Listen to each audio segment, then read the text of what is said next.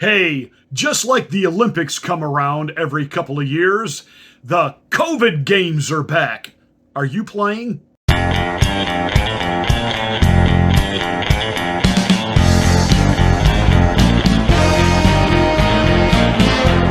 Hi, this is Pastor Marty. Thank you so much for joining us on the Afternoon Drive. Make sure you're a subscriber to the channel, and once you are, smack the bell, click the word all to get notification of all of my rants, ravings, and of course, flawless reasonings. Hey, and please like and share this video so that we can get the word out that we're here, help us build our algorithm, and let's do what YouTube says we can't do. Let's get the truth out. I did a commentary not too long ago that it's back. We're being told that groups like TSA are gearing up, that sometime in mid-September they will be masked back up and bringing those mandates back to an airport near you. Yes, that's right. All the inconvenience of travel is being brought back, including those little, I was going to say but you can't say that here on YouTube, but those little flight attendants that'll wake you up from your nap and tell you, pull that mask up! It's coming back. Why? Well, supposedly there's another variant. Can you call it Omascam? But it's I've had a couple of cases in Canada, and it's leaked down to Michigan, and here it comes again. Here comes the fear mongering, and it's being done twofold. Well, I would say, let me back that up. Let me say threefold. Number one, it makes big pharma money. Oh, yes, it does. The first scamdemic was the largest transfer of wealth in human history. While we crushed independent businesses, mom and pop businesses, small business, hey, the box stores, the corporations, they thrived. The big mega box store could be open, but your neighborhood church can't. That was going to kill people. The liquor store could be open, the men's strip club could be open, but a mom and pop diner, no way can we allow that place to be open. So, they're gearing up because it makes them money. Number two, you have the new Insaniac that's taken over Dr. Fauci's job, along with the new Insaniac over at the CDC. And then you got WHO, the WHO. Look, these people, in order to get the funding they get, they have to keep creating crises. Why? That's how they prove their relevance. It's how they get paid. So there's that. And then, of course, there is, never forget, number three, the politicians. It's their way of showing you who's in control. They are. And they want to mandate you. They want to control you. They want to throw their weight around, and they will bully you into submission. But Governor Abbott in Texas ain't having it. Got to give this one to the governor of the Lone Star State. He is already enacting mandates to counteract any federal mandates, and they're getting ready to put on the law in the books in Texas that they will follow none of the COVID protocols. There'll be no masking, there will be no shutdowns, and there will absolutely be no forced love potion number 9. Employers won't be able to require it. Government entities will not be able to require it. And businesses will not simply be allowed to shut down because of Rovid. So kudos to Governor Abbott. Way to show the rest of America how to have brains and cojones. I am certain that Ron DeSantis will do something similar in Florida. Yeah, will the rhino up there in Ohio, Governor Mike DeWine, will he? Well, that needs to be seen. We'll have to wait, I guess. But I would vote probably not, because, he's just a feckless rhino who tries to pretend he's a conservative. So, but this is about to get interesting, because you know that California will go all in on the mandate madness. I'm told that some of the movie studios out there have already gone back to Rovid protocols. So here we go. It's election season, and after all, we have to have a way to keep people home to vote with mail-in ballots. We'll give you a half a dozen in case you lose the other ones. We'll give you 10, 20. Mail in as many as you want. It's okay. It's how we won in 2020. It's how we'll do a repeat in 2024. So there's all of that coming into play. What I am encouraged by is I'm seeing a lot of people say will not comply. Will not comply, will not play. And this isn't just, there's a few of us, we're the hardcore. We were never part of this madness. Somebody said, Pastor Marty, I've checked your channel. There's no videos about you fighting any of this back in the day. You're right. I had to take them all down because literally, I was in all kinds of hot water, even lost my channel for 24 hours. I mean, so I just stopped talking about it. Jimmy Dore and some other guys on here have been able to really hit this thing and hit it hard. I haven't stayed out of the fray because I don't have anything to say about it, but I was targeted right from one, and no matter what I said, in fact, one of my videos that got taken down and I got a strike and couldn't broadcast for a week, I just played Jimmy Dore. I didn't even say anything. It was my intro, and then it was Jimmy Dore. And then I got a strike, I got pulled down, and Jimmy Dore's video's still there, and which I'm okay with. I may talk to him about that when I see him this weekend. Yes, I'm going to see Jimmy Dore. But there you have it. So Governor Dwayne Abbott, way to go. Way to at least keep giving us an illusion of freedom. And yes, I said illusion. Pastor Marty, why did you say we have an illusion of freedom? Because the Republic fell. I don't know if you figured that out or not, but the Republic fell. And it fell hard, and it's gone, and there's an oligarch, a select few, they decide who you will vote for, and they do that to give you the illusion that there's still this thing called freedom.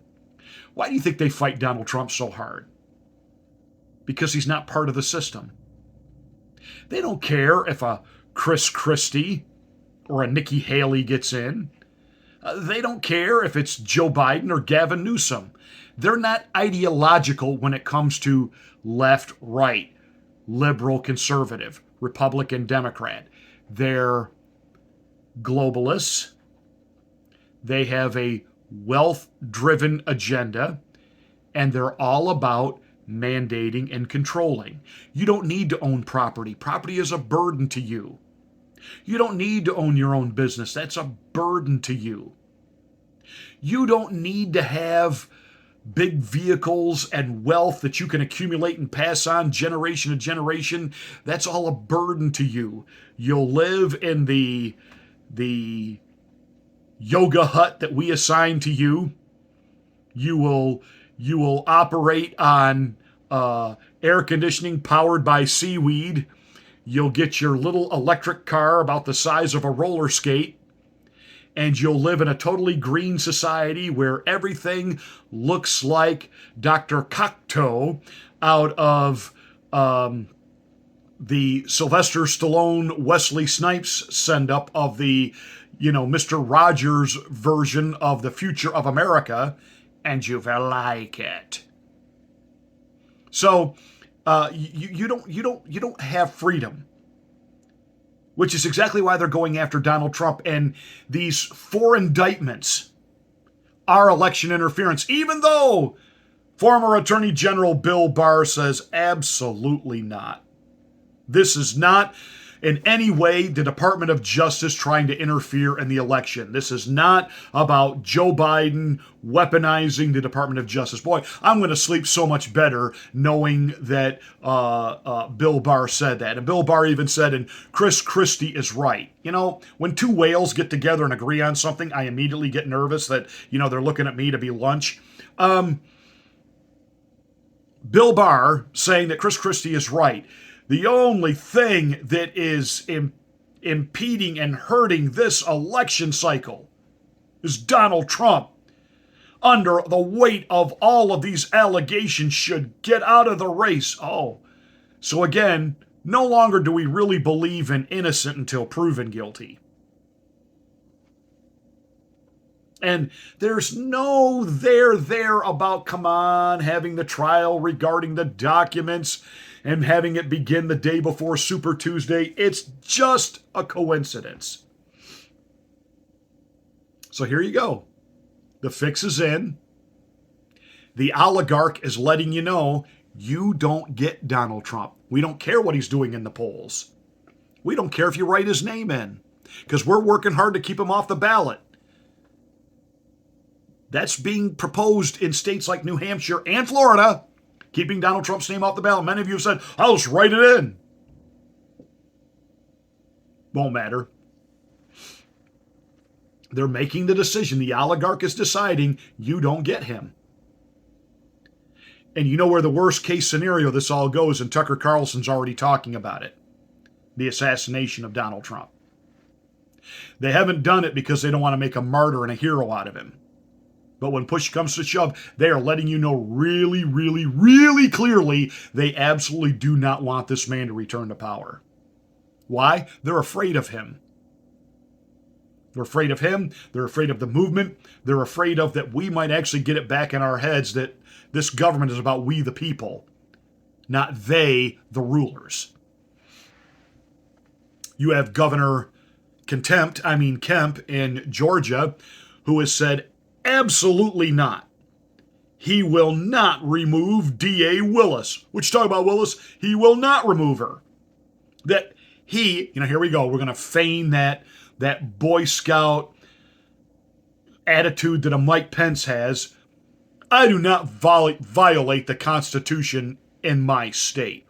We're a state of law, blah, blah, blah. It's like the teacher on Charlie Brown. Wah, wah, wah, wah, wah, wah, wah, wah. Talking on and on about he will not be intimidated by Donald Trump, his people, or even his own state legislative body. There will be no special session to impeach the DA.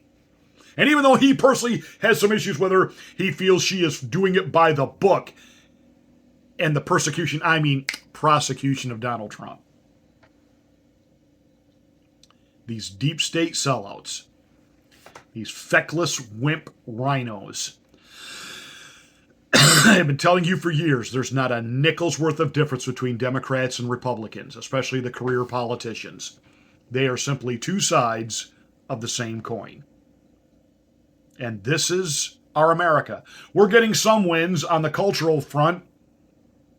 We push back on the Dylan Mulvaney nonsense. You have parents pushing back on what's happening in their classrooms, and they are awake, they are alert, and they are engaged in these school board meetings. Thank God. But even as we watch these small victories around us, when it comes to the real control and the real power. And the COVID games are coming, and you will all participate whether you want to or not. You will do as you're told, and you will like it. And you will pick from the lesser of two evils that we give you as a false choice to be your next president.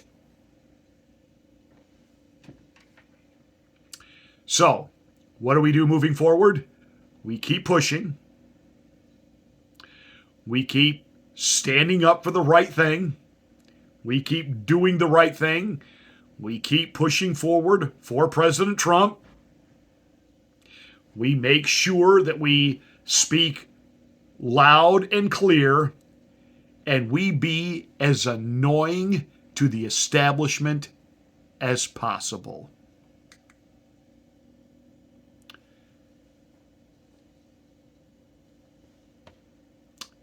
And I would be remiss as a pastor, as a man of faith, if I didn't say, and then leave the rest in God's hands.